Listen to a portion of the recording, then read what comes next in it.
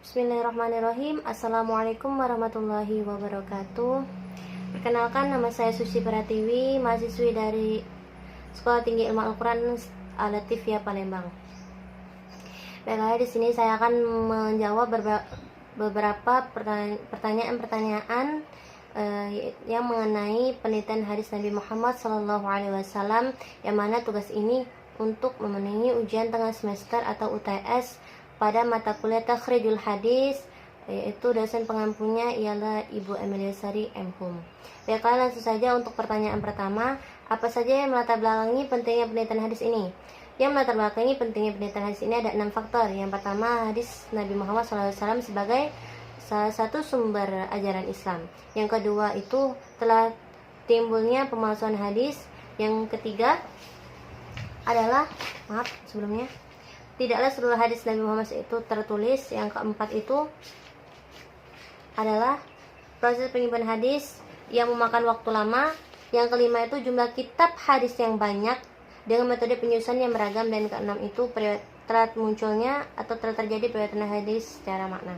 Oke, marilah saya akan menjelaskan poin pertama, yaitu hadis Nabi sebagai salah satu sumber ajaran Islam. Sebagaimana yang kita ketahui, banyak ayat Al-Quran yang mengajarkan orang-orang yang beriman untuk memerintahkan orang-orang beriman untuk mematuhi dan mengikuti ajaran-ajaran Nabi Muhammad SAW sebagai utusan Allah Subhanahu wa Ta'ala. Nah, ayat ini bisa kita lihat dalam Quran surat Al-Hasyr ayat 7 dan surah Al-Imran ayat 32. Nah, pada ayat di atas ini sudah jelas bahwasanya hadis itu merupakan salah satu sumber ajaran Islam. Dan orang yang menolak hadis ini sebagai sumber ajaran Islam berarti dia juga menolak atas petunjuk Al-Quran. Oke, untuk poin kedua, yaitu telah timbul berbagai pemalsuan hadis.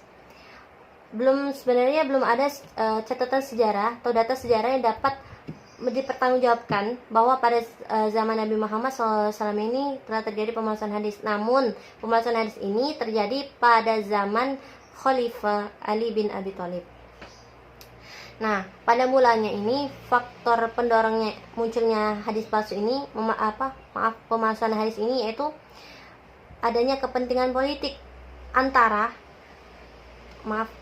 contohnya yaitu antara Ali bin Abi Thalib dan Muawiyah bin Abi Sufyan. Karena apa? Pada saat itu terjadi pertentangan politik. Nah, dari situ para pendukung masing-masing antara kedua belah pihak ini melakukan berbagai upaya untuk memenangkan perjuangan mereka. Salah satu upaya yang mereka lakukan dari masing-masing kedua belah ini yaitu memalsukan hadis. Nah, kenapa mereka memalsukan hadis? Karena mereka ini untuk memperkuat argumentasi aliran mereka yang mereka yakini benar. Yang keempat itu adalah proses penyimpanan hadis yang memakan waktu lama. Jadi dalam sejarah penyimpanan hadis ini secara resmi dan massal. Jadi penyimpanan hadis ini ada dua, secara resmi dan massal. Terjadi atas perintah Khalifah Umar bin Abdul Aziz. Dikatakan resmi, kenapa? Karena kegiatan penghimpunan ini merupakan kebijakan dari kepala negara, dan dikatakan massal karena perintah kepala negara itu ditunjukkan kepada para gubernur dan ulama hadis pada zaman itu. Oke. Dan selanjutnya itu jumlah kitab yang banyak dengan metode penyusunan yang beragam. Sebagaimana telah kita singgung dalam pembahasan terdahulu bahwa jumlah kitab hadis yang telah disusun oleh ulama periwayatan hadis cukup banyak. Nah, jadi saking banyak itu tidak bisa dihitung jumlah periwayatan hadis oleh para ulama periwayat hadis ini. Dan yang keenam, telah terjadi periwayatan hadis secara makna. Pada umumnya para sahabat membolehkan periwayatan hadis tersebut. Namun ada saja perbedaan pandangan tentang periwayatan hadis secara makna itu.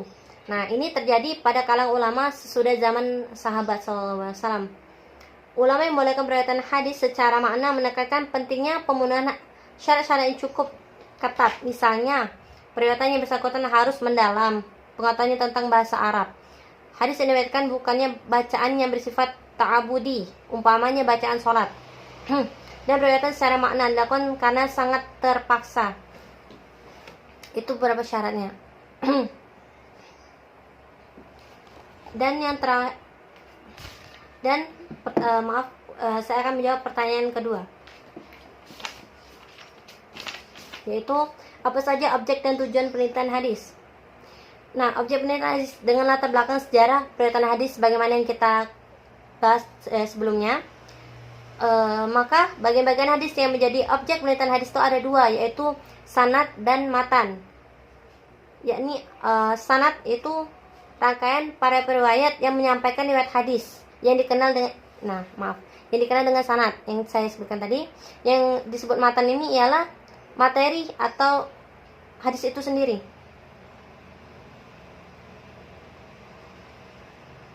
Maaf ya, sebelumnya berbelit.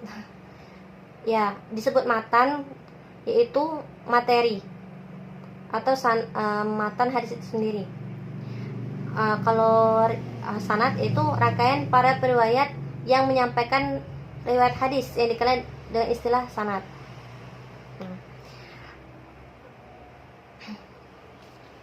Jadi objek penelitian hadis ini cuma ada dua, sanad dan matan.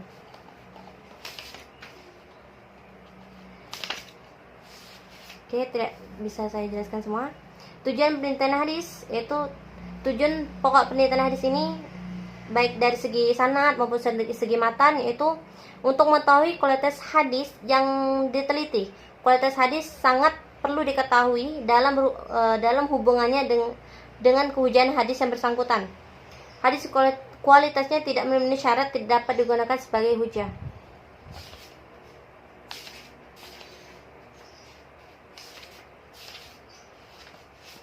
Oke, baiklah. Langsung saja untuk pertanyaan ketiga, jelaskan langkah-langkah apa saja yang harus kita perhatikan dalam kegiatan penelitian sanad. Langkah-langkahnya yaitu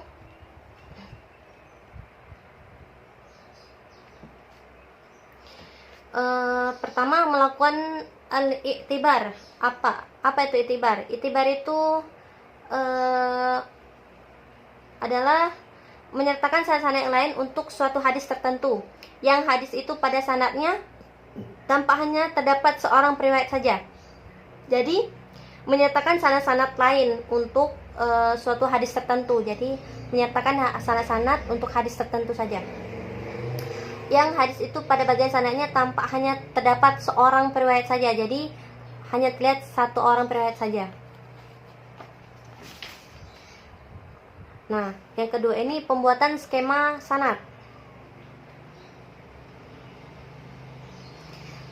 Untuk memperjelas dan mempermudah proses kegiatan i'tibar ini, jadi masih bersangkutan i'tibar tadi, diperlukan pembuatan skema untuk seluruh sanad bagi hadis yang akan diteliti tadi.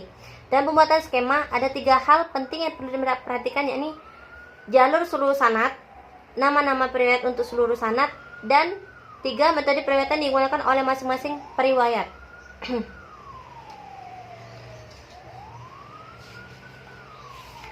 Nah, di sini skema sanad ini harus dilakukan secara cermat. Contoh untuk sanad dari mukharij, seorang mukharij. Nah, di sini ada juga contoh untuk sanad dari seorang mukharij. Hadis yang berbunyi man ra'a minkum munkara, atau yang sebagaimana dengannya menurut hasil tahrij sebagaimana terdikumkan oleh bab 4 sub bab C2A yang lalu diriwayatkan oleh Muslim dalam Sahih Muslim juz 1 halaman 69. Ini contohnya saja, contoh untuk sanad dari seorang mukharij. Yang tadi untuk pembuatan skema. Oke.